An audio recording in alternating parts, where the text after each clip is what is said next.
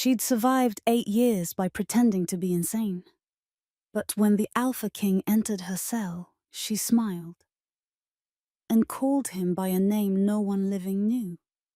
That was the moment he realized the lunatic wasn't cursed. She was waiting. Lyra Valian laughed at stone and spoke to ghosts, so no one would notice her listening. Until Alpha King Rowan Draith stepped into her cell, and in one heartbeat, saw the mine burning behind her eyes. And tell me, if survival meant losing your sanity, would you do it too? Comment your answer below and subscribe before the next secret is revealed. Most stories begin with a crown. Lyra's began with a laugh. The night the royal banners bled red across the sky, soldiers dragged the last of House Valian to the dungeons of Ironmark. Her father died branded a traitor. Her mother's final command hissed through smoke and steel. Survive by any means. So Lyra obeyed the only way a hunted girl could. She broke before they could break her. She screamed until her throat frayed, then smiled at nothing and giggled at shadows, until even the cruel lost interest. They named her the Mad Seer, a creature of broken prophecy. The guards tossed scraps, the nobles traded rumors, and High Priest Marek Voss, the man who sharpened the lies that killed her family, called her existence a warning from the moon. But while they turned away, Lyra counted. Steps in a corridor, keys on a ring, which hinges whined, which didn't. She learned the fortress by heartbeat and echo. She memorized the old hymn no one sang anymore, and the secret the kingdom pretended not to know. The Draith bloodline was guarded by a bargain written in wolves and fire, and someone had to keep feeding it. 8 years of feigned madness taught her who feared truth and who sold it. Captain Theron Core lingered at her door longer than orders required. Courtiers spoke too loudly above the grates, and the wards beneath the throne began to fail, one faint pulse at a time, as if the magic had grown tired of lying. On the eve of the blood moon, the Alpha King descended. He expected a legend with empty eyes and found a woman who stared back. She sees ghosts where there are none, Malrishixol murmured. Yet, when Rowan stepped close, Lyra's laugh died in her mouth, and the mask slipped just enough for him to see what everyone else had missed. Not ruin, restraint. Not madness, mercy sharpened into silence. She was no servant hiding in plain sight. She was the last Valian, hiding an autopsy of a kingdom inside her ribs. Her voice had never been taken. She had caged it. Not for a prince, not for romance, but because speaking at the wrong moment would have torn the veil off a crime that kept a nation breathing. So perhaps this isn't a fairy tale at all, but something older and hungrier. A story of wolves and priests, of blood oaths and broken crowns, of a girl who laughed herself invisible to stay alive.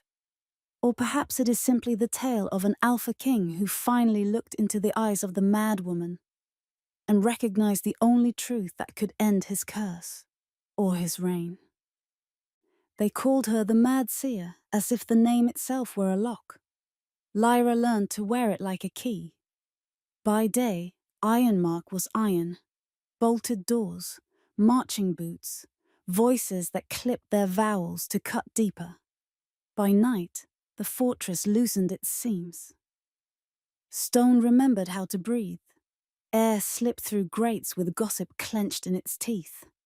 In those hours, Lyra ruled what no one else could hold. The creak, the murmur, the in-between. She laughed to keep the shape of it. Sometimes she trilled the laugh high and bright, so it bounced off the damp walls and came back sounding like company. Other times she let it crumble into breath, the kind of hiss that made superstitious guards cross themselves and step faster. When the watchman with the limp, Corvin, paused to scratch his knee at the same turn every circuit, Lyra laughed just after the scrape of his boot, and eventually he began to hurry, and eventually he stopped pausing at all. She was teaching him without his consent. It pleased her. She muttered to the walls too. "Busy tonight?" she told the stones, as torchlight swept past her grid like a lazy comet. "They'll spill something. They always spill something when they drink before council." Across the corridor, a rat paused, whiskers twitching, as if in agreement. The herbs she painted with were stolen from medicine trays and guard pouches, and the bundles that kitchen girls tied to their belts to ward off kitchen spirits. Mugwort and ash, rosemary and a pinch of charcoal. When mashed with the moisture, they made a paste the color of old bruises. Lyra dipped 2 fingers into it and drew. Spirals, yes, the curve a comfort, but mostly runes that would look like nonsense to a frightened man glancing through bars. She traced them on the floor of her cell and on the wall beside the grating where the corridor turned. She sketched them so lightly along the outer edge of the guardroom threshold that only a woman who cleaned with her sleeves rolled up would see them, and when she did, she would frown and rub until the runes sank into the grain. The fortress had a long memory. Lyra was writing notes in its margins. They said she painted prophecy. Let them. They weren't wrong. Divine punishment. High Priest Malric Voss declared the first time he brought a gaggle of junior clerics to gawk at her.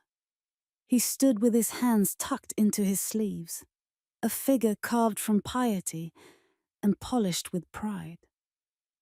Age had silvered his temples and thickened him, but his eyes kept their vitreous shine.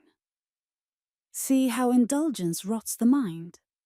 Her father called curses and found the gods answered. The moon marks those it intends to break. Lyra gave him a smile bright enough to cut. "Careful," she sang to the ceiling, as if confiding in it. "He likes to say the moon when he means me." One of the younger clerics snorted and choked on it, eyes wide. Malric's gaze slid to the boy, then back to Lyra. The old priest's voice turned patient, the tone he used like a blade inside a silk scabbard. "Listen, child," he told the acolyte without looking away from her, "to the way blasphemy wears laughter." Lyra laughed again, softer. She traced a circle on the floor with her toe, an old rune fragmented into play. Malric watched the movement too closely. He always watched too closely. It was how he missed the obvious. He never listened. Others did. Lyra catalogued them. Captain Therancourt was the first to distrust the story that kept her small. He carried silence the way other men carried swords. Honest weight, simple purpose. Where the younger guards stamped to prove themselves, Theron paced as if unwilling to wake the dead under the stones. He never spoke to her. He did, however, pause at her grate some nights, just long enough to rest 2 fingers on the iron as if measuring a fever no one had admitted to. The first time she pretended not to see. The second she looked, and in the torchlight his eyes darkened with something like apology, then were gone. She put him in the ledger she kept in her head, under a page labelled "Use carefully." From the mess hall grate, she learned that the baker's boy owed coin to a card table in the lower quarter, and had started watering the morning beer to make up for it. From the chapel crawl space, where lime dust sifted like old snow, She learned that Lord Varick of the West Gate kept a lover in the barracks and a knife in his boot, and that the lover knew both secrets and loved him anyway. From the drain under the council chamber, she learned which lords hated which tax and which of them pretended at poverty, while their wives ordered silver bath pipes from the capital. Each knowledge was a small stone. She tucked them one by one into the pocket of her patience. Ironmark had an architecture of sound. Lyra mapped it. Bootfall on wet flagstone meant the lower corridor. The water there made a kissing sound under a heel. Dry drag with a click at the end belonged to Corvin's limp. A cluster of light steps with chatter were kitchen girls pushing trays. The rattle of stacked tin cups on those trays meant a meeting that would run long. The snap of a cloak with the scrape of a ring along the wall meant a noble who forgot himself in thought. The faint silk whisper of priestly robes moved like smoke and left an incense that never entirely aired out. When the first whisper about the mines came, "Short yields this quarter, the veins are tired." Lyra turned her head toward the voices and smiled up at the ceiling so they would think her blissfully absent. When the second came, "Tell the king it's the smelters. Tell the king it's the rail." She laughed at a crack in the mortar, a little too loud, and the men shut up mid-lie. Good. Now, they knew the walls had ears. They would relax later when wine took the edge from their caution and tell the truth to someone else. She would harvest that truth then. Malric disliked the way her laughter bent conversations. He began bringing relics into the hall outside her cell. Tin icons stamped with the moon. A bone charm slick with oils. A basket of white ash he pretended not to bless. He set them like a fence between her and the minds of men, as if superstition were mortar. Lyra let him. She touched nothing. She only watched where he placed each object and marked, gently, with her bruise-colored paste, in a place where dust gathered thick. A counter-sigil a child might have mistaken for a star. "Do you hear them?" She asked the stones after he left. "He thinks the gods are a door he alone has the key to. He forgets the door is set into a wall, and I live in walls." She fell asleep sometimes sitting up, forehead to iron. The dream of snow came then, old snow from the night of seizure, and the smell of wool burning, and the sound her mother's body made hitting the floor after survive. When she woke to cold and clatter, she laughed so the guards would think the sound was part of a joke she told to ghosts.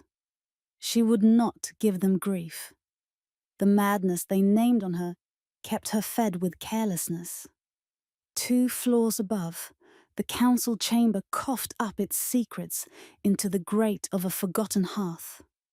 Lyra lay flat on the stones, cheek to the cool, breath slow and even, and listened as men who had never been hungry discussed the price of bread. Lord Varick argued for higher tariffs on river quarter grains. The Eastern lords spoke of a smith's strike, voices oily with patience. A softer voice, Lord Hadrian, steward of the mountain passes, mentioned in passing that the cost of replacing ward-run nails had tripled now that the old mines delivered more rock than ore. Amalric murmured there was a spiritual reason for the change. Lyra's mouth crooked. Spiritual reasons were what men invented when they didn't want to say we did this to ourselves. She stored it. Ore yields failing, wards growing hungry, the priest supplying explanations like bread to pigeons. On nights when the moon rose wide and white and unthreatening, Lyra's eyes found the small square of sky her window allowed. an inch of heaven that taught her the phases by a discipline more accurate than any clock. There were times she did not choose them, when the white light caught something inside her and made it answer, her pupils rimmed in mercury, her breath plumed silver. If a guard had been foolish enough to look closely then, he would have crossed himself and run. But no one looked at madwomen for long. Lyra turned her face away and exhaled slowly until her body remembered how to pretend at ordinary. The shimmer was a tell, and she refused the tells. Her father had had tells, tendernesses that Malric leveraged like crowbars. She would not. A week after Malric staged a sermon in the corridor about her mind being eaten by lunacy, a pair of courtiers came to peer at her the way nobles sometimes came to peer at things. They smelled of amber and wine and the perfume of someone else's skin. "She used to be pretty," one said, as if beauty were a coin that ruined by handling. "I saw her once before all this." The friend made a sympathetic sound that meant nothing. "They say she hears prophecy," he offered. "They say she's spoken to the dead." Lyra began humming a children's tune out of time with itself, the melody unraveling like a thread. The men backed away, pleased with their caution, and Lyra held in a sigh until the rattle of their ornaments faded. She put them in the ledger too. Speak to them through someone else's vanity. They'll take it for wisdom. Theron brought her a blanket when winter bit. He slid it in through the lower slot, careful, unsaid, and moved on before she could look grateful. She waited until his steps moved past the bend, and then tucked the wool around her shoulders, nose buried in the lanolin, one hand pressed against the seam where her paste had dried earlier, writing, "Not all iron is cage, some is spine." On the 12th night of the frost, the wards beneath the keep thrummed so low and long, her molars hurt. Somewhere above, hinges screamed. The fortress shuddered and settled like an old animal lowering itself to the hearth. Lyra blew heat into her cupped palms and whispered to the stones, "Hold for me." The stones seemed to answer with a faint exhale, dust loosening from somewhere high. She pressed her cheek to the floor and felt it in the marrow more than the skin. Magic thinning like gruel. She had always assumed the old oath under the Drayth throne would break in silence, ashamed of its own mechanics. She had not anticipated the way it would whine about it. 2 days later, a rumor slunk down to the cells. The mountain altars would be opened at the next full moon for a renewal. Sacrifices were out of fashion now, public ones, at least. But a renewal meant blood to a god that had never learned the taste of restraint. Lyra listened to the guards recite the notice to each other in the canteen, heard the uneasy laugh at the end of the word, and set her jaw. Renewal. Malric's language again. She tasted ashes. That night, Malric came himself with 2 acolytes carrying censers. The smoke made the air sweet in the way of stale things. He faced her cell and smiled a generous smile, the kind that fits easily over cruelty. "Your moon comes round again," he said. "You will have an answer at last, Lyra Valian." She kept her head cocked at the wrong angle, a doll abandoned, and let the silver itch heat the backs of her eyes without surfacing. "Answers are for the living," she chirped. "We do questions down here.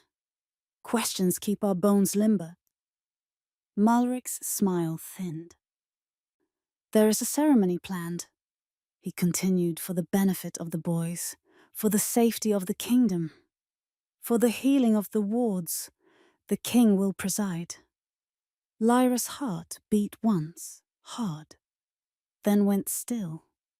She was careful not to blink as if the word king mattered.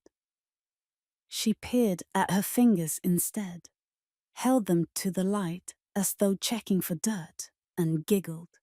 Kings like fire, she told her palm. They like watching it from far away. Not ours, one of the acolytes blurted, before he could catch the words. Rowan will. He swallowed when Malric shifted, and his voice died like a moth in a jar. Rowan. She had never tried the name aloud in her mouth. She didn't now. After they left, the corridor retained a stubborn sweetness. Lyra leaned against the bars and watched the emptiness hum. You hear that? She asked the stone. He's coming? The herbs at her heel had dried to a crisp lump. She ground them again with a knuckle and a breath and drew one more rune, small as a thumbnail, on the lower ledge of the door. Not a ward, a welcome. The following days braided themselves into a rope that pulled time forward. Slow, steady, unbreakable. Lyra used them to shore up the ledger. She noted which counselors visited the chapel alone and left with incense in their hair and lies in their mouths. She catalogued the new soldiers brought in from border posts to stiffen the spine of the guard before a rite that smelled like panic. She marked the way Theron set his jaw when Malric passed, and the way he loosened it when old Mara, the laundress, shoved a hot roll into his hand and told him to eat, boy. Because no king was worth starving for. Small truths, all of them. But small truths, stacked high, make a wall taller than fear. On the last night before the moon's rise, snow came soft. Fat flakes that cushioned sound and tasted clean through the grate. Lyra sat with her back to the bars and let the cold pull heat from her spine until she could think without memory intruding. When the hour turned and the sky beyond her sliver of window thinned from black to iron grey, she let her head tip back, and she watched frost copy the lattice of her bars in delicate script. It looked like writing. It always did. She smiled, lips closed around the softness of it, and let that smile be her last indulgence. Voices in the corridor, boots, robes, the rhythm of procession, unhurried and heavy with ceremony. Malric's pitch, measured, warm to the point of cloying. As he explained to some unseen listener the history of the altar rites, the necessity of ritual, the terrible melancholy of a monarch required to perform them. A second voice, lower, new to these stones, but known to the fortress already by reputation, not sound. Lyra didn't move. She waited for the air to change. It did when he turned the bend. Almost nothing. The way heat changes a room before you see the fire. She did not look. She traced a spiral in the dust with the pad of her thumb. Your Majesty, Malric breathed. If you'll permit, this is the specimen. Boots stopped outside her bars. The silence between 3 heartbeats made a shape. Lyra kept her gaze on the floor until she could arrange her face. Then she looked up, eyes unfocused just enough to pass, and smiled around the edges of it as if greeting a child. The king's shadow surprised her. Not its size, he was tall, but its stillness. Men who wore power like armor twitched. Their shadows twitched, too. His did not. He studied her with the concentration of someone reading a language no one had taught him. In that breath, the mask wanted to slip. She let it settle deeper instead. She paints, Malric said, congenially, as if introducing an exhibit whenever the moon waxes. Sometimes nonsense, sometimes Interesting shapes. Rowan Draith said nothing. He looked once at the smear of runes beside the grate, and once at her hands, stained and steady, and then, only then, at her face. The shimmer pressed at her pupil so like a tide. Lyra blinked, the pressure receded. She tilted her head, let a high laugh spill effortless. "Don't step too close," she told the iron. "I bite." Something like humor touched the king's mouth and vanished before it became a smile. "So I've heard," he said mildly. Theron's presence pared the air further down the corridor. A quiet gravity. He waited outside the circle of this moment, like a man who knew not to drop a cup near crystal. Lyra liked him better for it. Malric's voice drew a loop around them, eager to close. "On the morrow night, when the blood moon rises, we will enact the rites to repair the wards, for the safety of the realm." The pause that followed dripped with significance. It is fitting the king sees what his father's mercy preserved. Mercy. Lyra could not help it. The laugh that jumped out of her throat had teeth. She covered it with a cough, fingers to lips, eyes wide in mock apology. The king's gaze did not leave her face. "What safety is purchased?" he said at last. Not to her, not to Malric. And with whose coin? It was not a question. It was a cut. Lyra let the silence fill the wound. She traced one last spiral in the dust and pressed her thumbprint to its center like a seal. All the careful nights, all the calculated giggles, all the listening had led to this one plain sensation. The hinge of something large beginning to swing. Above them, beyond the narrow window, the sky had already turned the color of unfired clay. By dusk tomorrow, it would be red enough to stain prayer. Word ran ahead of the rite. Fast as rumor, fast as fear. The blood moon returning centuries too soon. The ward altars opening, the king presiding. Nobles changed their travel plans. Merchants offered lanterns for sale, blessed against shadow. Old women spat twice and drew crude circles on door frames with the ends of burnt matches. Lyra sat very still and watched the news ripple through the stone the way a drop ripples through a pail. She felt the fortress settle its weight around a secret it had carried for too long and decide, petulantly, to let someone else hold it a while. She lifted her gaze to the inch of sky and saw a rim of light that wasn't dawn at all, but the promise of a new moon coming wrong. Her eyes prickled. For an instant, only an instant, the silver rose and the bars reflected it back to her. A crown of dull light hovering where a head once bowed. "Busy, busy," she whispered to the wall. The words a charm she didn't entirely believe. In the corridor, Malric and the king turned to go, their steps mismatched. The priest's pace was easy, triumphant. The king's was measured the way a man measures a bridge before riding his army across. Theron's tread followed, steady as truth spoken softly. Lyra pressed her palm flat to the floor, feeling for the ancient thrum below.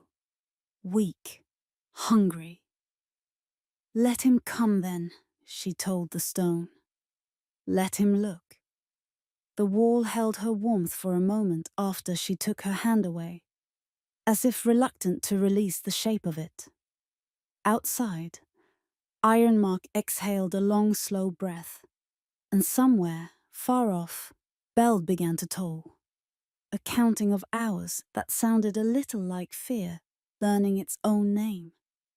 The blood moon was coming back, and the Alpha King would come to Ironmark to ask it why. The corridors that led to the old cells were built for penance, not passage. Ceiling low enough to bow a man who refused to bend, stones damp enough to leach heat from bone. Rowan Draith did not bring a retinue. He brought a lamp, a guard captain, and the ache that had been riding his shoulders since the wards began to fail. Your Majesty. High Priest Malric Voss matched Rowan's stride with the confidence of a man who mistook access for authority. The priest's voice carried the warmth of a hearth that burned other men's wood. It is not prudent to subject yourself to her voice. Myself? Rowan said softly, eyes forward. Your rule, Malric corrected, gentling the word. The girl was born for curses. She repeats what she hears and makes it sound like revelation. You know how minds bend around novelty. A single dangerous phrase can wedge itself into the hinge of reason. Reason has hinges now. Captain Theron Core murmured behind them, the ghost of humour scuffing the edge of his voice. Rowan didn't look back, but the corner of his mouth acknowledged the sound. Malric did not. We are at war with fear, Captain, the priest said. You know how easily words become weapons. Rowan let the exchange dust the air and settle. He had learned long ago that Malric's warnings were knives with handles made for his palm. He chose which ones to lift. Ironmark used to be a fortress, he said. Now I hear it breathe at night. That is precisely my point, Malric answered, pleased. What you feel is the rot of blasphemy, rites unattended, oaths forgotten, oaths enforced. Rowan cut in, too evenly for anger. At cost. The priest's mouth curdled into patience. All kings spend. Rowan's lamp licked black water from the wall as they turned. Far down the corridor, a laugh spilled, high, bright, and wrong as a hymn sung off-key. It bent at the end and turned back on itself, as if the sound were feeding on its echo. Here, Malric said, smoothing his sleeves as though preparing to address a congregation, the mad seer of Ironmark. They came into a pocket of the corridor where the ceiling pressed lower still. The cell's bars greased the air with their chill. Lyra Vallon knelt barefooted on the stone, hair braided and frayed, fingers stained to the knuckles with the bruise-colour paste she used to draw. She was talking. Not to them, not to any visible audience, but to the seam where the wall met the floor. Her voice ran in and out of sense, like a tide across tide pools. Hush now, hush. We keep the secrets small so the big ones don't notice. Divine punishment, Malric breathed. With a showman's sadness, a mind eaten by its own tongue. Rowan stepped closer, lamp lifted. Lyra did not look up. She pressed 2 fingers into the paste and traced a spiral on the threshold. So light the lines would vanish if anyone tried to scrub them. The lamp made her skin look like parchment lit from behind. Her toes were filthy, nails clean. Lyra Vallon, Malric announced, firm, as if naming could dismiss her. Attend your king. She turned her head at the title. Not to Malric, to the shadow that fell across her hands. Rowan saw her face then, saw, and didn't. She wore the expression of someone trying on a mirror. A smile set a fraction off, eyes bright in the wrong places. It should have looked empty. It looked deliberate. Your Majesty, she said to the stone between them, as if that were where he stood. The walls told me you were taller. Rowan had been looked at as a man only rarely since the crown took his name. This was not quite being looked at. It unsettled him more. The walls like to exaggerate. They gossip, she agreed brightly. But if you listen long enough, they repeat themselves. That's when you can separate the mice from the echoes. Words, Malric murmured, poisoned and sharpened. Highness, perhaps a demonstration would be... Rowan lifted his free hand a fraction. Malric's voice obeyed the gesture. He set the lamp on the bracket near the bars and folded his arms, ignoring the chill that reached through iron to test the warmth at his wrists. He had come to ask ordinary questions to confirm ordinary lies. What did she remember of her father's treason? Who else had stood in the square that night? What phrases had the old rebels used to recruit? But the corridor's pressure and her brightness had peeled the smooth off his plans. He heard his own voice ask a question he had not planned to spend. Do you remember the night my father died? Theron's boots shifted behind him. Malric made a soft warning noise, as if a porcelain cup had been set too near the edge of a table. Lyra's smile tilted, and for the first time she looked at him, not through him. Her eyes were brown, ordinary as bread, until the lamplight caught them, and something thin as a blade of silver turned under the surface. She blinked. The silver went quiet. Then she said, almost gently, Do you? The corridor contracted. Malric inhaled. It sounded like a man finding himself suddenly alone in deep water. Rowan said nothing. The lamp crackled, a tad of moisture braving the wick.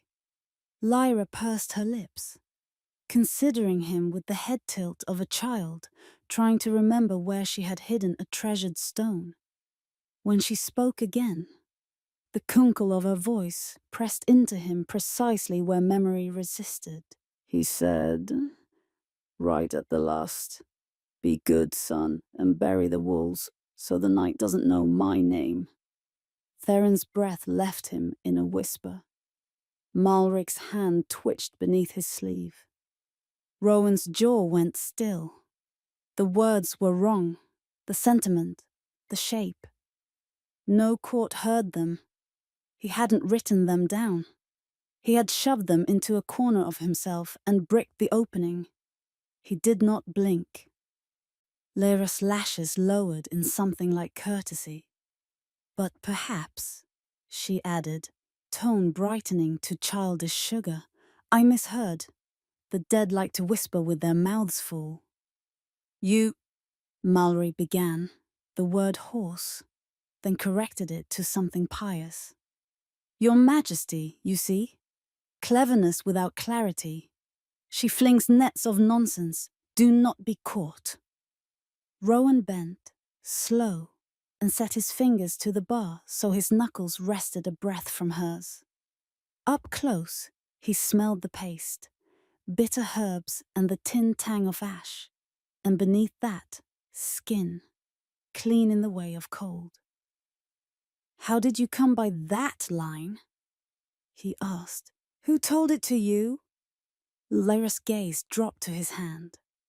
For an instant, her expression relaxed the distance it kept, and a look both tender and terrible moved across her face. Gone before Malric's eye could grab it. She lifted her own hand as if to mirror his position and pressed her palm to the iron instead. The stones were there, she said. Citad, they have no reason to lie.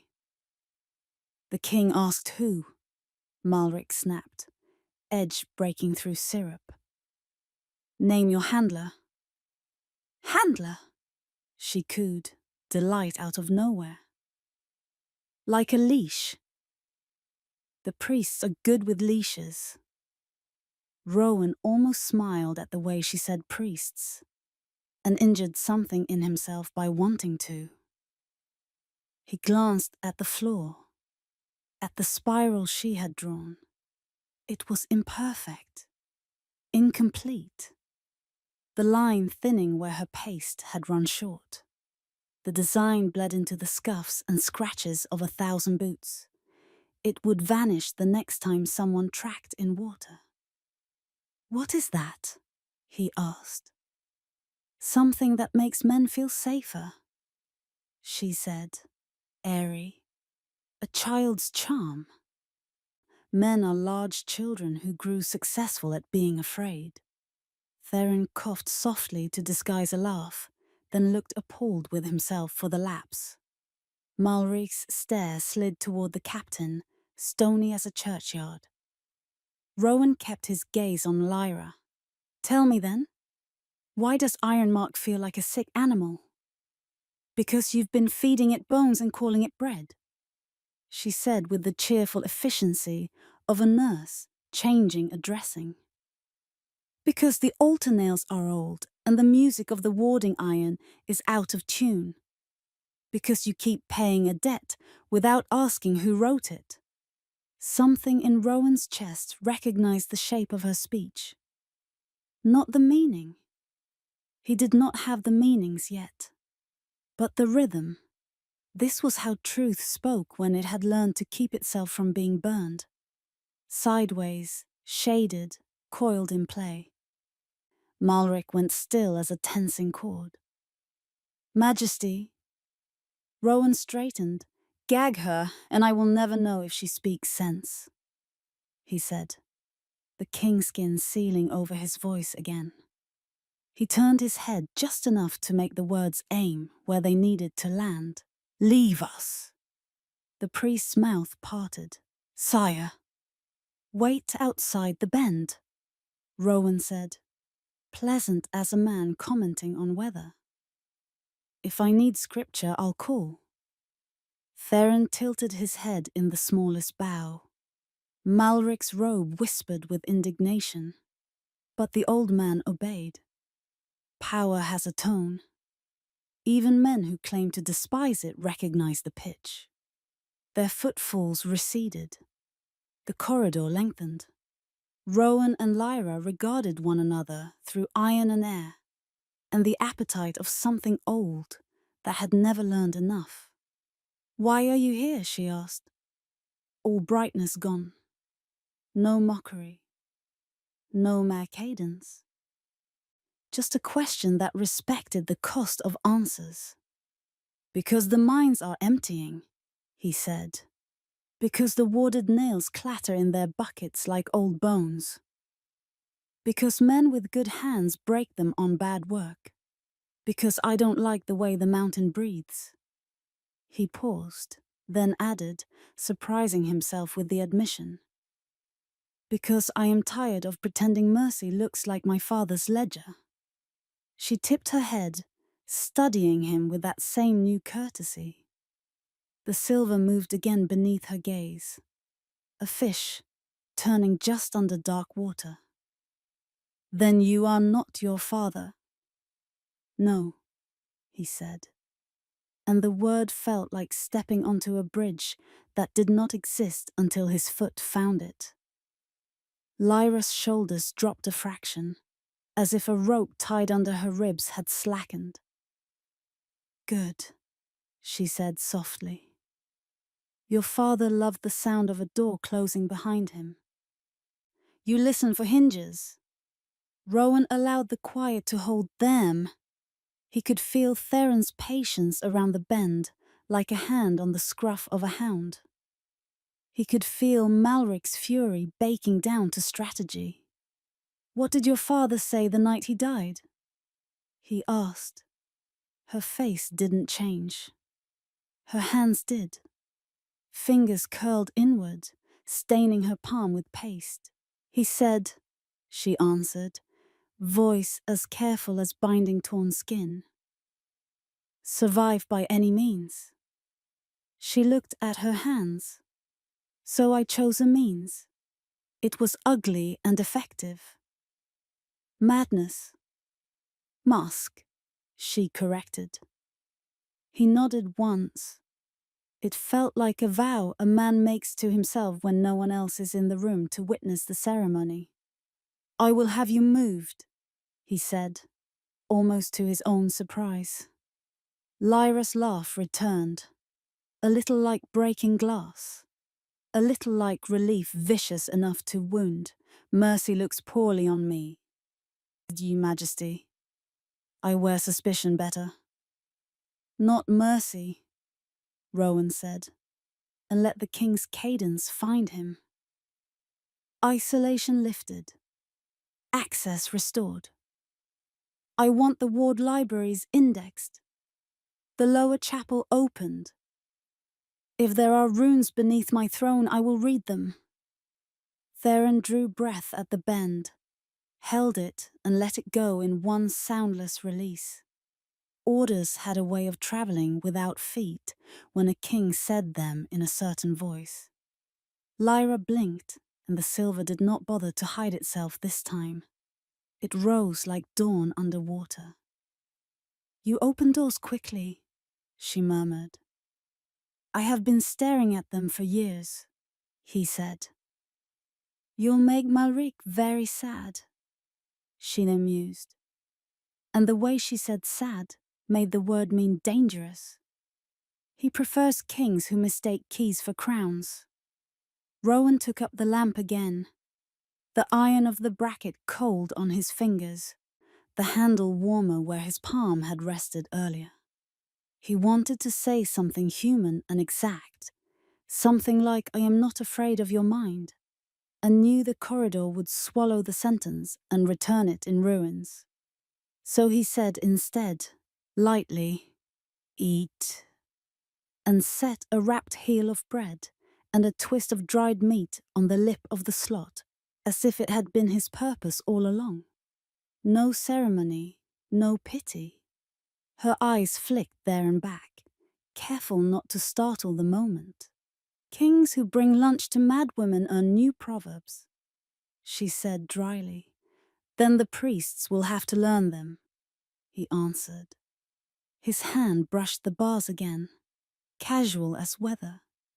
Lyra's palm rose like an echo and stopped. Not touching. Not daring. Because the distance was the last defense she had not stripped from herself.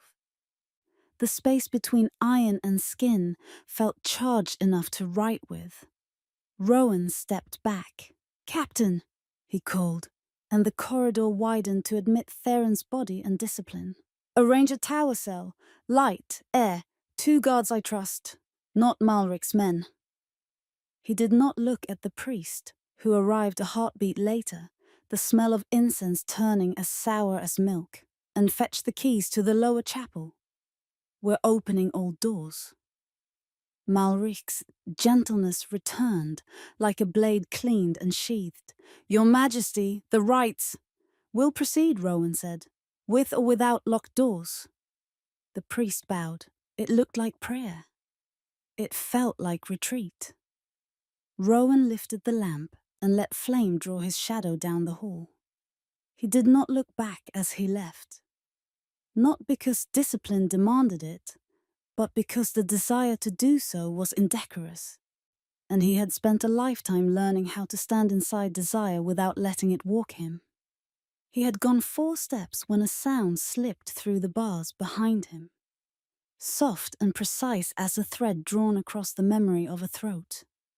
Lyra hummed, not a mad nursery tune or a broken toy aria, a melody so old the stones held up their corners to see it better, so private that blood recognized it before the ear did.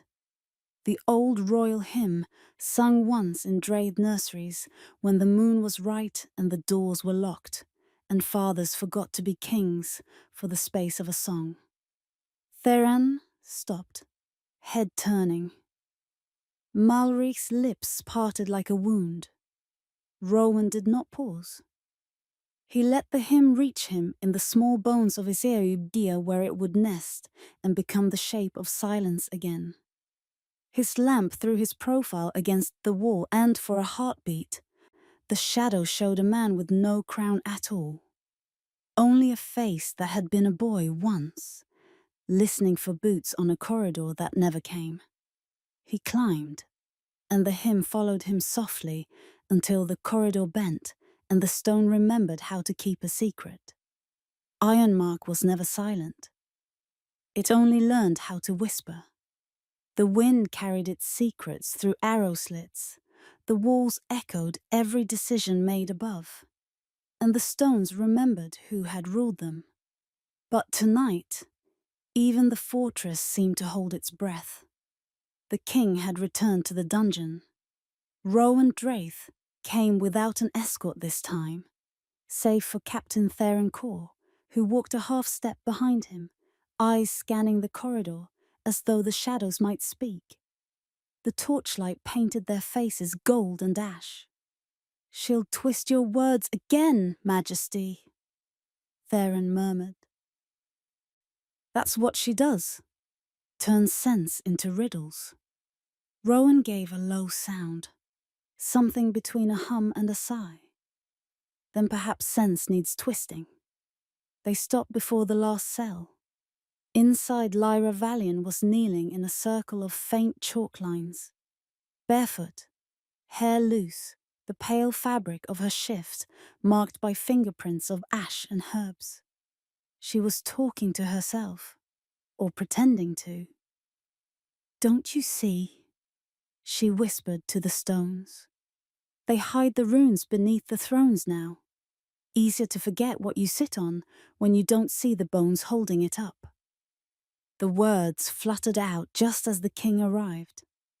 She turned her head, not in surprise, but as if she'd been expecting his silence to arrive right on cue. "Your Majesty," she said, smiling faintly. "You came back. Did the priest send you to collect another sermon? Or have you finally run out of believers?" Rowan didn't rise to the taunt. He stood at the bars, folding his hands behind his back. "Curiosity," he said. "I wanted to know if the walls have told you anything new." "They gossip," she said brightly. "They say your sleep is thin, that your father's ghost still walks the western balcony." Rowan's face did not change, but his pulse gave him away. A subtle shift in his breath. "You mock what you don't understand." "Do I?" Her tone softened. "Or do I understand what you'd rather mock, Sor?"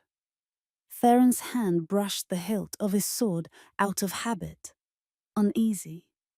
Lyra's laughter poured into the silence like honey poured into cold water, slow, reluctant to mix. "Tell me," Rowan said finally, "what is your interest in thrones?" She rose, unhurried, bare feet silent against the stones. Her chains clinked faintly, a sound too delicate for a prison. "Thrones?" she echoed. "Only that yours is built over a prayer no one finished. The kind that rots when forgotten." Rowan studied her. "You think yourself clever?" "I think myself alive," she said simply. "There's a difference. Clever people get executed. Mad women get fed." Theron glanced sideways at his king, uncertain whether to find humor or danger in her words. Rowan took one step closer. "Malric says you poison minds."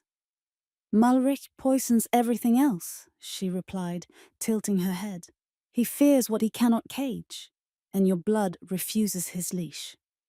His blood. The phrasing was deliberate, sharp enough to draw something invisible between them. Rowan's voice cooled. "You forget who you speak to." "I never forget," she said, almost kindly. "That's why I survive." Theron's eyes narrowed as he watched the exchange unfold, word for word, breath for breath, like a dance whose steps were older than both of them. The woman did not flinch or plead. The king did not command or threaten. There was something in that balance that unsettled him. The priest had called her a broken thing. What stood before him looked anything but. Rowan paced once, letting the sound of his boots fill the space. "You claim the throne rests on an unfinished prayer," he said. "If that's true, where do the runes lie?" Her smile was small, dangerous. "Beneath the seat of power," she murmured. "Always." The curse began where the crown touched the head, and where the head bowed to pride. "Dig under your throne and see if it bleeds." Theron stiffened. Rowan stopped pacing. "What do you know of curses?" He answered. She shrugged, as if it were a question about weather. "Enough to know yours isn't from the gods. The gods don't care that much about kings." He should have dismissed her. Instead, he found himself asking, "Then who does?" Lyra's gaze met his. "The dead," she said, "and the living who pretend not to be." For a moment, neither of them moved. Torchlight flickered against her eyes, and the faint silver shimmer, the one he had almost convinced himself he'd imagined before, returned. It was subtle, but undeniable, like moonlight caught in a drop of water. He wanted to ask, "What are you?" But the question felt too small for her, so he swallowed it. Instead, he said, "You act mad well." "Madness is easy," she answered. "Sanity requires witnesses." Theron exhaled softly, as if the words had landed where reason feared to go. Rowan's brow furrowed. "And who witnessed yours?" She smiled again, this time without warmth. "No one. That's why I'm sane." Up above, footsteps echoed. Malric's slow, deliberate cadence. The priest had learned long ago how to make his arrival sound like consequence.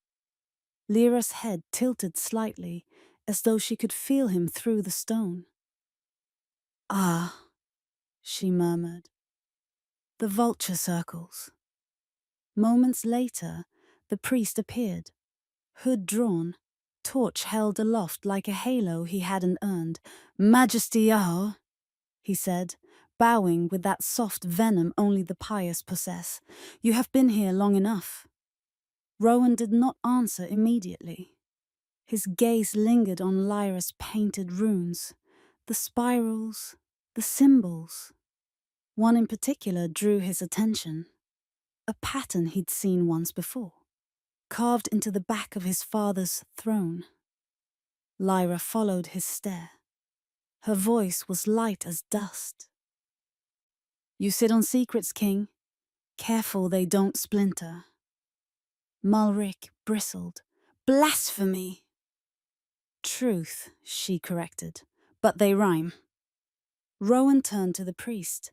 "You told me she babbled nonsense." "She does," Malric insisted. "She speaks what she dreams, no more than a parrot of sin." Lyra chuckled. "If I'm a parrot, you're the hand that taught me the words." The priest flushed, the flickering torch carving his anger into sharp lines. "You will not." "Enough," Rowan said. The single word froze the air. His tone carried the weight of authority older than law. "I'll decide what I hear." He motioned for Theron to stay close, then looked once more at Lyra.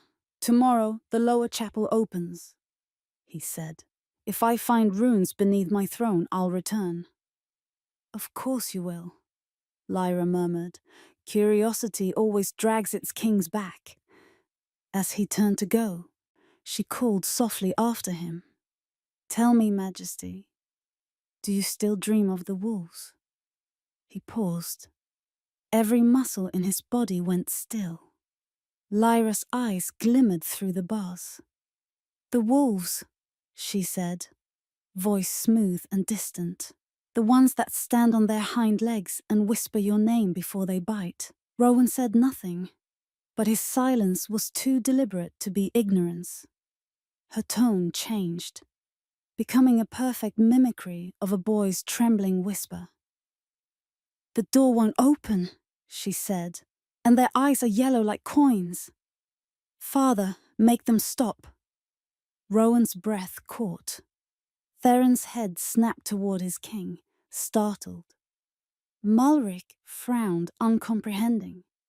Only Lyra smiled, faint and knowing. "That was your first nightmare, wasn't it? You were 6. The night before your father crowned you heir."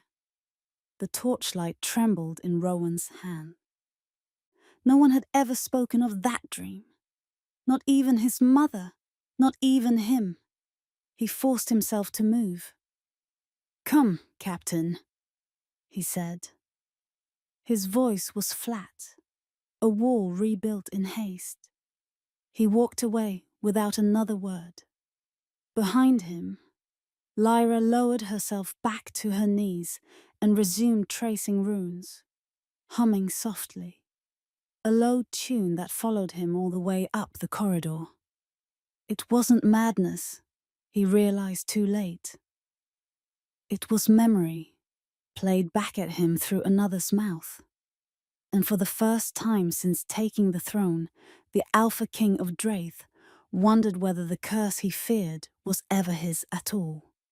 The first time Rowan came back after that night, the gods assumed it was by command of the priest. The second, they pretended not to see. By the third, even Theron Core stopped pretending surprise. The king descended the steps to the old cells with only a lantern and his own unrest for company. Lyra heard him before she saw him. The scrape of a boot over stone, the low sigh of someone who had not slept.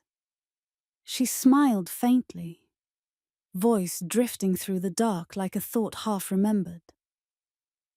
"You'll wear a path in the floor, Majesty. Ironmark is patient, but not that patient." Rowan stopped at her bars, the lantern haloing his features. "I didn't come for counsel." "No," she said, standing. "You came because silence grows teeth when you feed it too long." That almost drew a smile from him. "Do you ever speak plain, Lyra?" She tilted her head. "Only when it costs something." That night, it did. He stayed longer than usual. No priest, no scribe, no reason, except the kind that gnaws quietly behind the ribs. The fortress groaned in the cold, and her cell smelled of damp herbs and old metal. For the first time, Lyra did not laugh or mutter. She sat cross-legged near the bars, fingers loosely resting on her knees. The madness mask, the one that had kept her alive, slipped at the edges like a garment gone thin. Rowan leaned against the wall across from her, crownless, cloaked in simple wool. He looked less like a king and more like a man who had forgotten how to be anything else. "You said once the gods don't care about kings," he began. "Were you always so certain?" Lyra's gaze softened. "Certainty is for people who survive by faith. I survived by remembering." "Remembering what?" Her voice lowered. The night Ironmark burned. For a moment, the torch hissed between them. She spoke quietly, each word measured, as if it had weight she didn't want to drop. "My father was no traitor," she said. "He questioned Malric's tithes, where they went, who they fed. So the priest whispered treason into the king's ear, and the fire answered faster than truth ever could. My mother smuggled me out through the servant tunnels. When they found me, I was laughing at the smoke. It made them think I'd broken. Easier to chain what you pity than what you fear." Rowan listened without interruption, the lines around his eyes deepening. "The priest claims your father cursed us," he said at last. Lyra smiled without humor. "He did. With truth. That's always the most dangerous spell." Her gaze met his, unflinching. Your father burned him alive, didn't he? Rowan closed his eyes. Yes. The word fell like an anvil between them. When he spoke again, his voice had dropped to something smaller, more human. He said the Valiants would rise against the crown. My father believed the prophecy Malric fed him, that your blood carried madness meant to rot the throne. He thought killing one man would save a kingdom. Instead, he cursed his own. Lyra studied him. And now you're the one paying his debt. He nodded once. Every night I see those fires.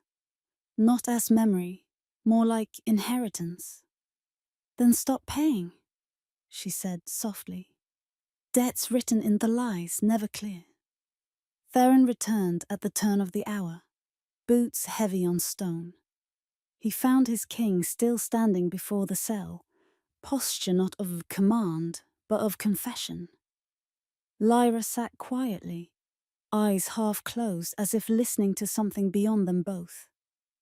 Your Majesty, Theron said carefully, the hour's late. Rowan didn't turn. Then the night will keep it.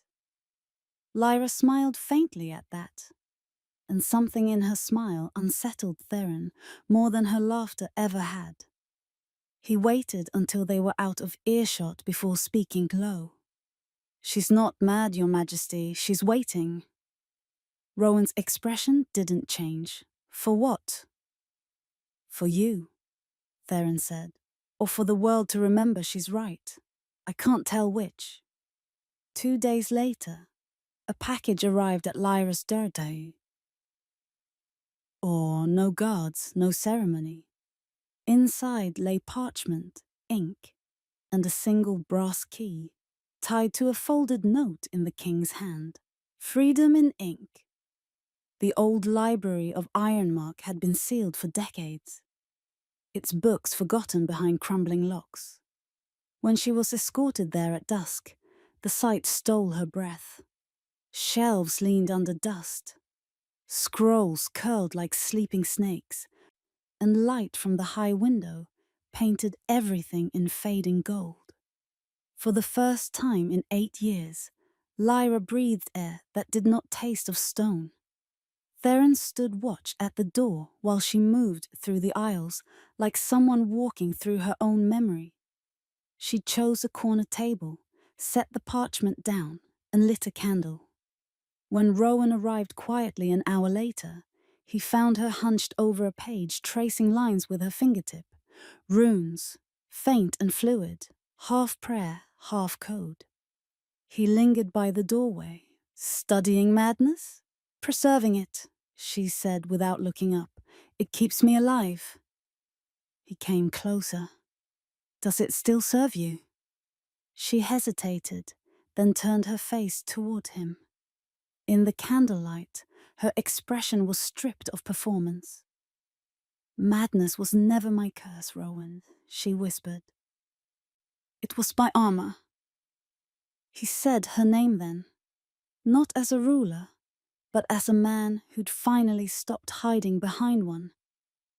Lyra. Her eyes lifted to his, steady, searching. Careful, she murmured. Recognition is the most dangerous kind of affection. Outside, the wind clawed at the fortress walls, but inside the library, everything stilled. The king, the prisoner, the quiet flicker of a candle between them. The fire had moved beneath the mask, and neither of them was pretending anymore. The warning came first as a tremor in the chapel bells, soft, uncertain, like the fortress itself drawing a breath. Then the ground shuddered. Dust sifted from the ceiling, torches guttered, and an old, unfamiliar red began to leak through the arrow slits. Lyra looked up from the runes she'd been tracing in the library, Bamabai, and felt it before she saw it. The pull, ancient and terrible, threading through her blood like a memory returning. Outside, A voice shouted, "The moon bleeds again!" By the time King Rowan Draith reached the ramparts, the night sky was already aflame. The moon hung low and monstrous, its light a living wound that bathed Ironmark in crimson. Soldiers whispered prayers they barely remembered. The fortress's carved wards, long cold, suddenly glowed like veins of molten silver, humming through the walls. The high priest Malric Voss appeared beside the king, eyes wild and gleaming. "It is the sign, your majesty. The curse has awakened. The madwoman's blood has called it back." Rowan's gaze stayed on the horizon. "That's impossible. The blood moon hasn't risen in 4 centuries. Malric finished, trembling. "And every prophecy tied to it begins with her name." Down below, Lyra stood in the courtyard, unguarded for the first time in years. The soldiers had fled from her cell at the first quake. Her hands were stained with ink and ash, her hair loose and streaked with candle soot. She looked up into the bleeding sky and felt something inside her, the part she had buried beneath madness, begin to stir. A swirl of energy rippled through the fortress stones. Symbols hidden for generations began to glow beneath the mortar, as if the castle itself remembered the truth she had been whispering all along. When the king descended the stairs 2 at a time, his crown gone, his composure fraying, he found her standing barefoot in the center of the courtyard's red light. "What have you done?" he demanded. Lyra met his gaze, unflinching. "You think I called it? I've spent my life keeping it asleep." Malrig burst in behind him, robes whipping in the wind. "She lies. This is her father's curse upon us, proof of her tainted blood." He turned to the guards. "Seize her!" Rowan's voice cracked like thunder. "No one touches her." The soldiers froze. Malric's face darkened. "Your Majesty, I said no one." Rowan's tone cut through the noise, like steel through silk. "She is to be protected." Malric bowed stiffly, but his eyes glittered with fury. "The council will not forgive this defiance." Rowan ignored him and stepped closer to Lyra, lowering his voice. "You knew this would happen." She gave a small, tired smile. "I listen," she said. "Mad women make excellent spies. You should have warned me." "I did," she said, her tone almost gentle. "You just weren't listening yet." He studied her face. The flicker of red light across her skin. "Then tell me what this is." "The truth," she said simply. "Breaking free." He grabbed her arm, not in anger, but in desperation. "My father said the curse came from the Valians, that your father called down the blood moon as vengeance." Lyra's eyes flashed. "Your father lied." Rowan flinched, releasing her. "Choose your next words carefully." She stepped forward until the red glow framed her features like a crown. "He burned mine alive and called it justice," she said, her voice steady as steel.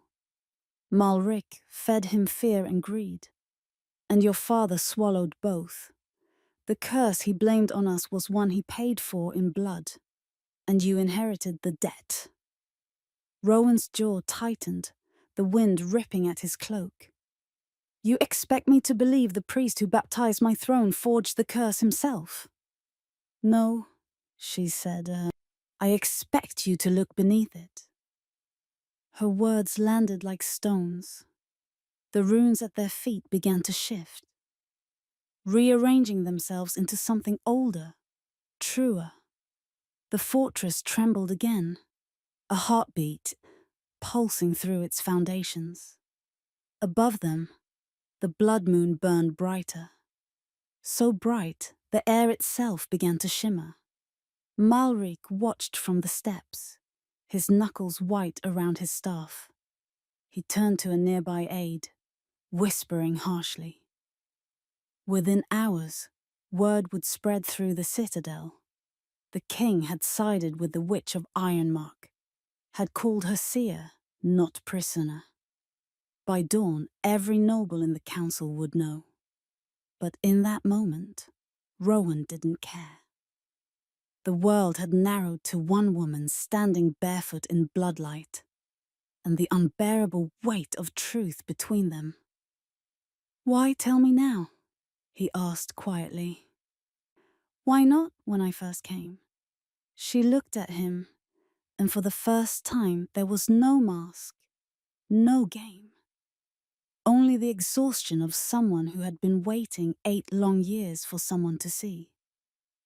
"Because," she said softly, "you had to see the blood on your own hands first." The wind howled through Ironmark. Rowan turned toward the sky, the red glow reflecting in his eyes. "If my father's curse was man-made," he said, voice low, "then it can be unmade." "Maybe," she said. "But only if you stop fighting ghosts that never belonged to you." He met her gaze, something breaking quietly inside him. "And if I can't?" Lyra's expression softened. "Then you'll end where he did, in fire." The silence that followed was heavy enough to bend the air. Somewhere, the chapel bells cracked, their sound splitting down the middle. Rowan stared up at the bleeding moon, and for the first time since his coronation, he did not know whether he was staring at a curse or a mirror. By midnight, the fortress walls pulsed with living light. The blood moon hung at its zenith, and in the high towers, messengers fled to spread Malric's version of the truth. The king had lost faith. The witch had bewitched him. Ironmark would fall. But in the courtyard below, beneath the red sky and the trembling wards, Rowan Draith's world cracked open, and from its ruins the truth began to breathe. The blood moon stayed in the sky for 3 nights. By the 4th, its light had turned from red to something stranger, a color between wound and dawn. The council called it an omen. The people called it punishment, and the high priest Malric Voss called it proof. The great hall of Ironmark Fortress was thick with the scent of incense and fear. The nobles sat in rows beneath banners that no longer shone their royal blue, but a dull maroon under the blood moon's glow. Malric stood at the center, robed in gold-threaded black, his voice echoing like scripture carved in stone. "The curse has returned because sin has survived. The witch's blood stains our land again." At his side, King Rowan Draith said nothing. He had barely slept. His hands, clasped before him, trembled, not from fear, but from a knowledge he could not speak aloud. "She is Valianborn," Malric continued. "Her father summoned the first blood moon. Her line is corruption made flesh. Every ward that has failed, every storm that has struck our borders, she is the root." The council murmured their assent. Fear, Rowan realized, was easier to rule with than truth. "Your Majesty," Mallory said, turning toward him, "command her execution. An Ironmark will be cleansed." Rowan's jaw clenched. He looked at the gathered faces, lords, generals, priests, men who had served his father and buried their guilt under obedience. He wanted to shout that his father had been the true monster, that the curse had been born not from prophecy, but from blood and arrogance. But the words caught in his throat. "Your silence," Malric said softly, "will be taken as consent." And it was. They brought Lyra Valiant to the courtyard at dusk, bound in chains too heavy for one person to bear. The wind was sharp, the torches hissed. Around her stood 12 priests in a perfect circle, chanting in a tongue no one living understood. She did not resist. She watched the king instead. Rowan stood on the balcony, hands gripping the railing until the stone bit his palms. The distance between them had never felt so infinite. Malric raised his staff. "By royal decree," he announced, "the curse shall be broken by fire." The soldiers stepped back, eager to escape the red glare that bathed the stones. Lyra lifted her face to the sky and smiled. Not madness, not defiance, but something far more terrible. Recognition. "Do you still think the gods care about kings?" she murmured. The first spark came from the sigils on her wrists. Then another, at her throat, her ankles, her heart. The air thickened, rippling like heat over a forge. The blood moon pulsed once, twice, and then burst into full flame. The light struck her chains and they screamed, melting into rivulets of molten iron. The chanting stopped. One of the priests stumbled backward, whispering a prayer that no longer worked. Lyra straightened, her voice calm and cutting through the roaring wind. "For 8 years," she said, "you feared the wrong madness." Flames spiraled around her, forming a perfect ring. The courtyard stones cracked open, and fire poured from the seams, not consuming but dividing. The priests were thrown back. The banners overhead caught alight without burning. And then the wolves came. They weren't made of flesh. They were the color of moonlight and grief. Spectral, silver, translucent. A dozen of them, circling Lyra in perfect silence. When they howled, the sound tore through the fortress walls like a storm through a graveyard. "Stop this!" Rowan shouted, racing down the steps. "Stop the ritual!" Malric tried to seize his arm. "Majesty, she is the curse." Rowan shoved him aside and pushed through the smoke. "No, she's the key." The fire grew hotter, its circle expanding as if it recognized him. Lyra turned as he reached the edge of the ring. Her hair floated in the heat, her skin glowing from within, eyes clear and lucid. "Tell me how to stop this," he shouted. Her lips curved, not in mockery, but in sorrow. "You can't," she said, "but you can stand in it." He hesitated only a heartbeat before stepping forward. The flames parted around him like breath drawn in reverse. The heat licked his skin but did not burn. When he reached her, she met his eyes, and the world broke open. Every rune in Ironmark ignited. The banners melted into ribbons of light. The walls vibrated with voices, ancient, layered, whispering the same word over and over. "Remember." The wolves howled again and leapt into the sky, dissolving into trails of light that wove themselves into a single blinding crown above them. It descended slowly, resting across Lyra's brow, and then across his. Rowan gasped.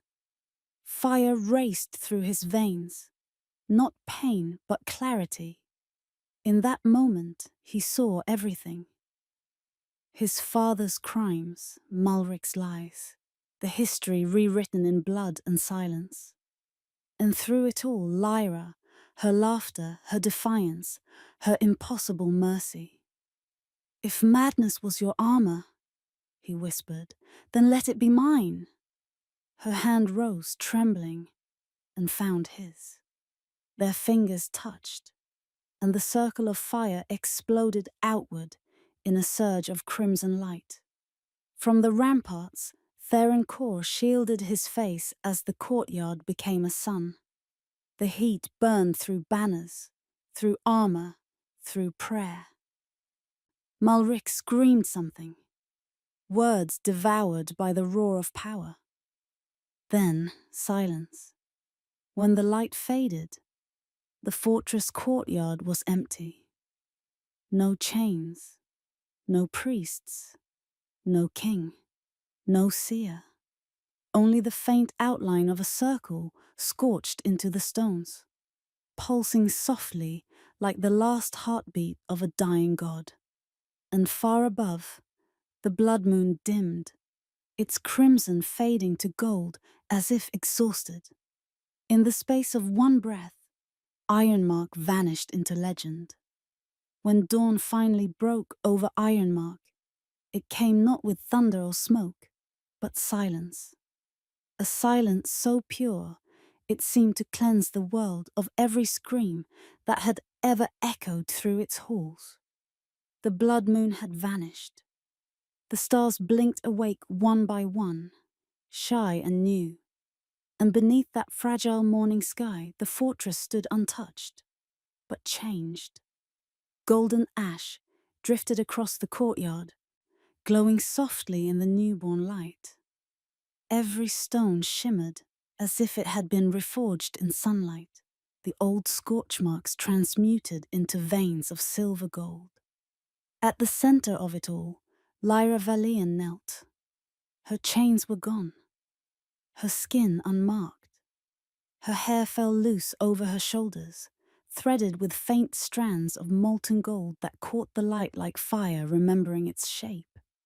When she opened her eyes, they gleamed silver, the same silver that once flickered in her father's eyes before the fire took him.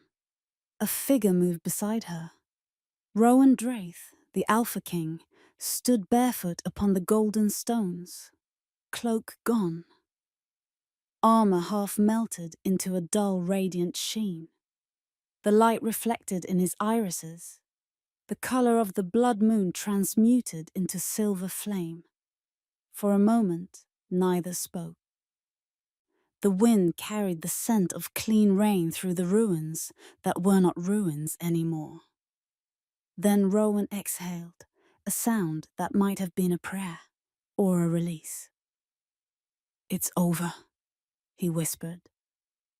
A few paces away lay Malric Voss. The once revered high priest was crumpled near the shattered altar, his staff broken in two, his robes blackened and stiff. The sigils he had once drawn to condemn Lyra were burned into his own flesh, glowing faintly, as though the curse he tried to wield had turned inward. His face was frozen in the rictus of revelation. Not fear, recognition. Lyra looked at him for a long time, expression unreadable. Then, softly, he wanted power that could never belong to one man. The fire chose balance, not obedience. Rowan's jaw tightened, but there was no triumph in his gaze. "He damned us both to find it." "Then perhaps," she murmured, "he succeeded." A faint murmur began at the edge of the courtyard. The soldiers, those who had survived the night, emerged from behind pillars and doorways, their faces pale with awe. They looked around the untouched walls, the gleaming floor, the broken priest, and the two figures at the center of it all. One of them dropped to his knees, then another, and another. "The fire bowed," someone whispered. Soon, the words rippled through the courtyard like wind through grass. The fire bowed. They had seen kings before. They had seen miracles too, but never both in one breath. Rowan turned toward them, standing tall despite the fatigue in his body. His voice, when it came, was low and rough, but every ear strained to hear it. "You called her cursed," he said. gesturing to Lyra. You feared her name, her blood, her silence. But if destruction can birth renewal, if madness can save a kingdom, tell me. He stepped forward, voice rising. Is it curse or crown, sir? No one answered. They didn't have to. All at once, the crowd bowed, not to the man who ruled them, but to the truth that stood beside him. Rowan turned back to Lyra, the morning light cutting across their faces. He reached out a hand, hesitating only for a heartbeat before helping her rise. You were never mad, he said. She met his gaze, lips curving faintly. No, I was patient. Something in him broke quietly at those words. Not from pain, but from understanding. All the years he had ruled in fear, all the nights he had sought the counsel of ghosts. And the answer had been kneeling in the dark beneath his own walls, waiting for the right moment to stand. Together, they faced the dawn. The wind caught her hair and his cloak at once. Two banners of different colors woven into one motion. Lyra's voice carried softly across the golden courtyard. Do you hear it? She asked. What? He murmured. The world, remembering its balance. By midday, word had spread through the lower cities. The blood moon had fallen. The curse was gone. The mad seer was no longer mad. Some said she had tamed the fire. Others said she was the fire. But those who had stood in the courtyard that morning knew the truth. The fire had bowed. Inside the great hall, Rowan dismissed the old council and summoned the healers instead. He ordered the dungeons opened, the archives unsealed, and the forbidden histories brought into daylight. The runes that once branded prisoners as cursed were struck from every record. When the people demanded to know who would lead the purification rites, he gave them an answer that no king before him had ever dared. There will be no rites, he said, only remembrance. We are all made of ash and gold. And beside him, Lyra Valian, no longer prisoner or seer, stood with her hands unbound, her fire calm and human again. The priests bowed to her, not because they were told, but because they understood. She was proof that redemption did not need permission. As dusk approached, the fortress bells tolled once, clear, pure, and unbroken. From the ramparts to the city gates, soldiers and citizens alike gathered to see their king and the woman the legends had once called cursed. The light of the dying sun caught on the gilded stones beneath their feet, turning ironmark into a living mosaic of fire and forgiveness. Rowan took her hand, and for the first time, no one flinched. Together they stood, no crown between them, no chain to bind them, only a shared understanding that the world they inherited would no longer be built on fear. When Lyra looked at him, her voice was almost a whisper. This is not how kingdoms end. Rowan nodded. No, he said, it's how they begin. The last of the light slipped behind the mountains, and for a heartbeat, the courtyard glowed brighter than the sun itself. Ash scattered like gold dust in the wind. And in that sacred quiet, as the people bowed, the Alpha King and the Seer stood side by side, equals not by birthright, but by fire. Weeks passed, and the world began to breathe again.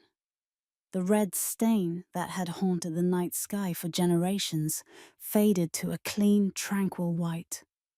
The blood moon, once the omen of ruin, was now only a pale reflection of what had burned away. For the first time in living memory, Ironmark was quiet. The fortress that had once been a monument to fear now pulsed with warmth. Its walls, once charred black, gleamed with golden undertones where light touched them. The courtyard, rebuilt from the circle of fire, had become a gathering place for songs instead of executions. Children played where soldiers once trained, and priests walked unarmed among the people they had once condemned. Lyra Valian, no longer the mad seer, no longer the prisoner of prophecy, walked those same halls with purpose. Her steps echoed differently now. Not as a captive, not as a queen, but as something else entirely. The keeper of truth reborn. Wherever she went, people bowed their heads, not out of fear, but reverence. Still, when she passed, whispers followed. The firebringer, the cursed born, the wolf of ash. She didn't silence them. Fear, she had learned, was easier to reshape than erase. Lyra stood on the old temple steps beneath the pale morning sky, her cloak rippling in the wind. The smell of incense still lingered from the night before. A symbolic burning of the old order. The new priests, her chosen few, waited below. Their robes dyed in soft grey instead of Malric's black. "You once called madness a punishment," she said, her voice carrying across the courtyard. "Now you will call it misunderstanding." Behind her, the great bell tolled, signaling the rebirth of the order she had reclaimed. The asylum gates, where generations of accused seers and cursed-born had been imprisoned, opened for the first time in decades.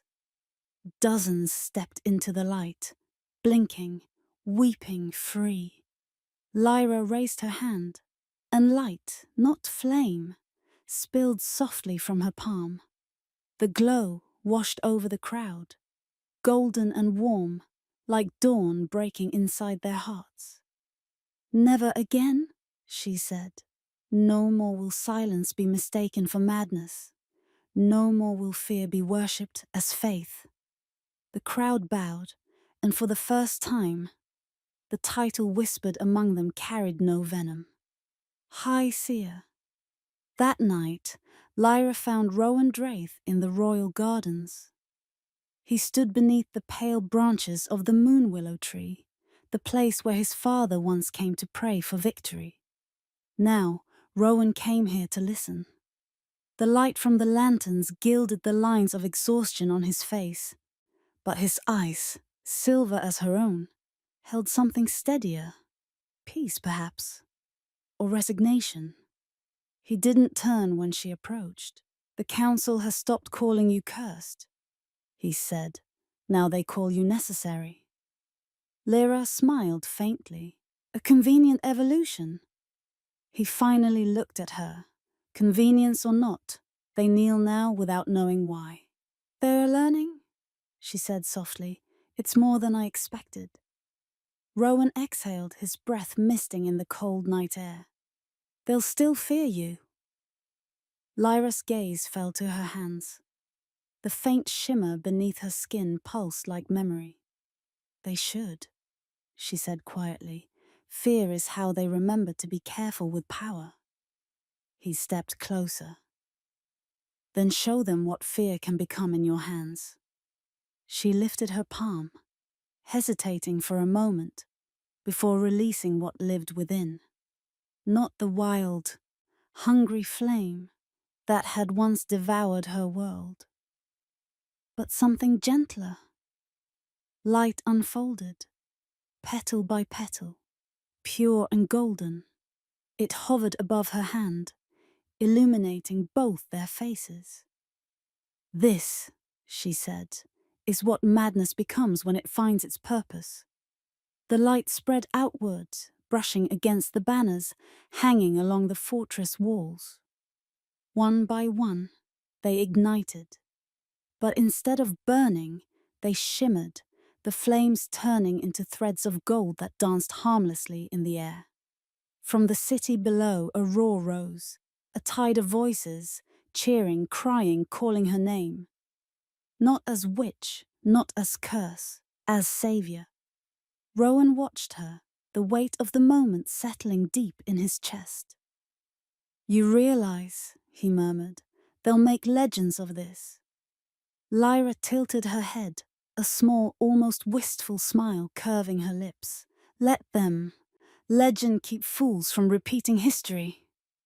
Later, when the city lights dimmed and the horizon shimmered with the promise of another dawn, Lyra stood alone at the balcony.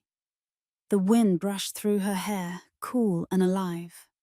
She looked up at the moon, no longer red, no longer angry, but pale and calm, like the breath of a healed wound. Her voice, barely above a whisper, carried into the quiet. "They called me insane for 8 years. But madness was mercy's mask, and when I took it off, even the Alpha King bowed." Behind her, Rowan's footsteps approached. He didn't speak, didn't need to.